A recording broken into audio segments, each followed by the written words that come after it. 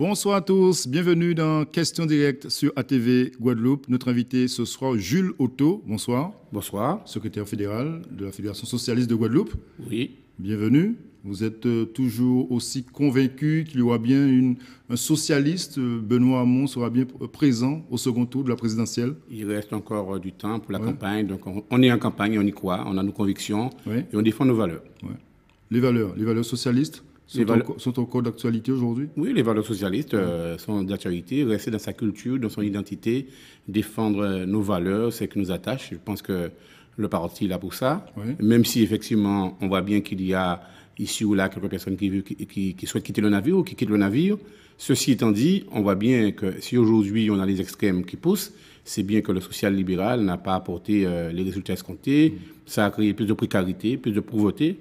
Et que ces gens, et les études sociologiques montrent bien qu'au niveau du vote de Marine Le Pen, ce sont ceux-là, nos anciens, on va dire, électeurs, qui interrogent Marine Le Pen parce que le Parti socialiste, à un moment donné, a oublié ses fondamentaux. Aujourd'hui, on a un candidat qui défend les fondamentaux du Parti socialiste. Est-ce que, justement, même s'il a été parmi les fondeurs, Benoît Hamon, est-ce qu'il ne paye pas, malgré tout, ce quinquennat contesté de François Hollande? Je pense qu'il y a à regarder le bilan plus près. Oui. Il y a des choses, effectivement, intéressantes dans ce quinquennat, un bilan positif à certains aspects. Simplement, à un moment donné, par rapport à un discours, par rapport à un programme, par rapport à un projet qui donnait une visibilité, il y a eu un changement de cap. Il fallait faire de la pédagogie, faire de l'explication. Je pense que c'est ce qui a manqué un peu à François Hollande. Après 2 ans, il fallait dire que l'État de la France ne permettait pas de mener le programme qu'il avait proposé aux Français, mais qu'il fallait changer de cap et d'être dans la réalité. Il n'a pas fait cette démarche-là. Et puis, sur certains points, des points notamment sur la question de société, notamment la déchéance de nationalité, sur la question de la loi El Khomri, il y a eu des divergences au niveau du parti. Il n'y a pas eu assez d'écoute. Il n'y a pas eu assez d'écoute. Ça plombe la campagne de Benoît Hamon, tout ça. Non, au contraire. Tous ces éléments. Au contraire, Benoît Hamon montre qu'il était sur des. Souvent, bon, frondeur, c'est un mot des journalistes, mais il a fait valoir un point de vue. Oui. Et sur 2 questions, il y a une que François Hollande a, dans son discours pour dire qu'il ne vient pas aux élections présidentielles, il a précisé qu'il regrette ce projet de loi d'échange de nationalité. Et puis aussi sur la loi El Khomri, où il y a peut-être des points positifs, mais il y a beaucoup de points qu'un gouvernement de gauche n'avait pas présenté sur la loi. Donc Benoît Hamon s'est opposé et a cherché à avoir un débat avec la majorité. La méthode de Manuel Valls, on voit bien aujourd'hui sa position. Sa position, je dis, c'est un social-libéral qui ne veut pas entendre parler des valeurs de la gauche. Et vous n'avez pas été séduit par Emmanuel Macron, comme certains socialistes? Non. Je crois que dans un débat tel que l'élection présidentielle, il y a, je crois encore, des valeurs de gauche et des valeurs de droite. Et une élection présidentielle, c'est l'occasion de donner une vision, quelles sont nos valeurs, ce qui défendent la droite, ce qui défendent la gauche, et puis il y a la démocratie, confrontation d'idées. Eh bien, moi, il me semble que c'est ça une élection présidentielle, c'est débattre et faire en sorte que l'électeur puisse choisir. Et moi, je me répète, je crois qu'il y a une droite, qu'il y a une gauche. Ni gauche, ni droite, ça n'amène à rien du tout. Simplement, on peut, après être élu, effectivement composer avec des hommes et des femmes de bonne volonté pour conduire le destin d'un pays. Mais ça, c'est après. Mais dans un premier temps, il faut présenter un projet au pays. Donc, vous croyez à la candidature de Benoît Hamon pour le second tour et même pour gagner la présidentielle? On l'a compris. Vous avez été premier secrétaire de la Fédération socialiste. Vous avez quitté le navire en 2011, on se souvient, on ne va pas revenir dessus.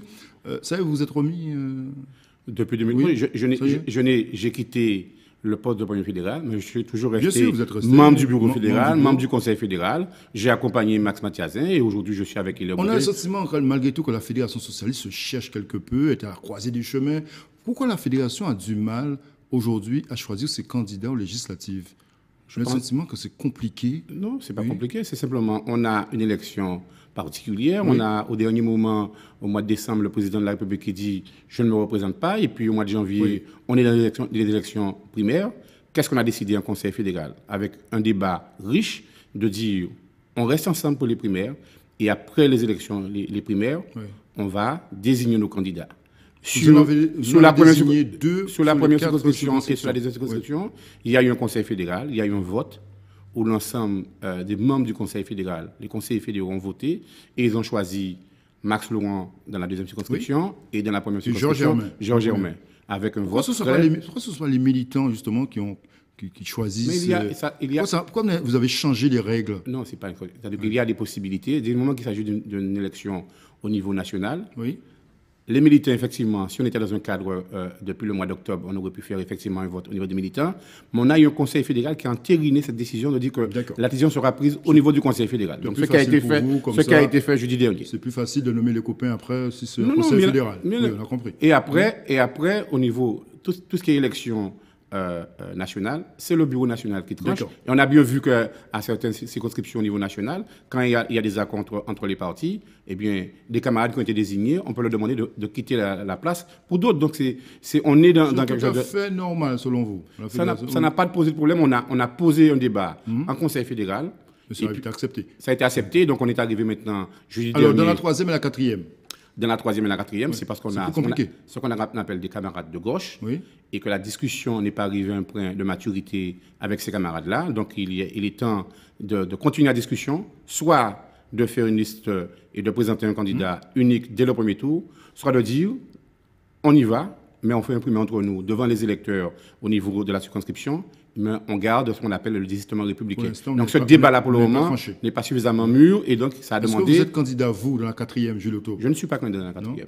Est-ce que vous souhaitez, par exemple, que Victorien Lurel soit candidat une 4e fois? Je me suis déjà exprimé sur ce sujet-là. Victorien Lurel prendra sa décision. Le parti est avec lui pour prendre cette décision-là.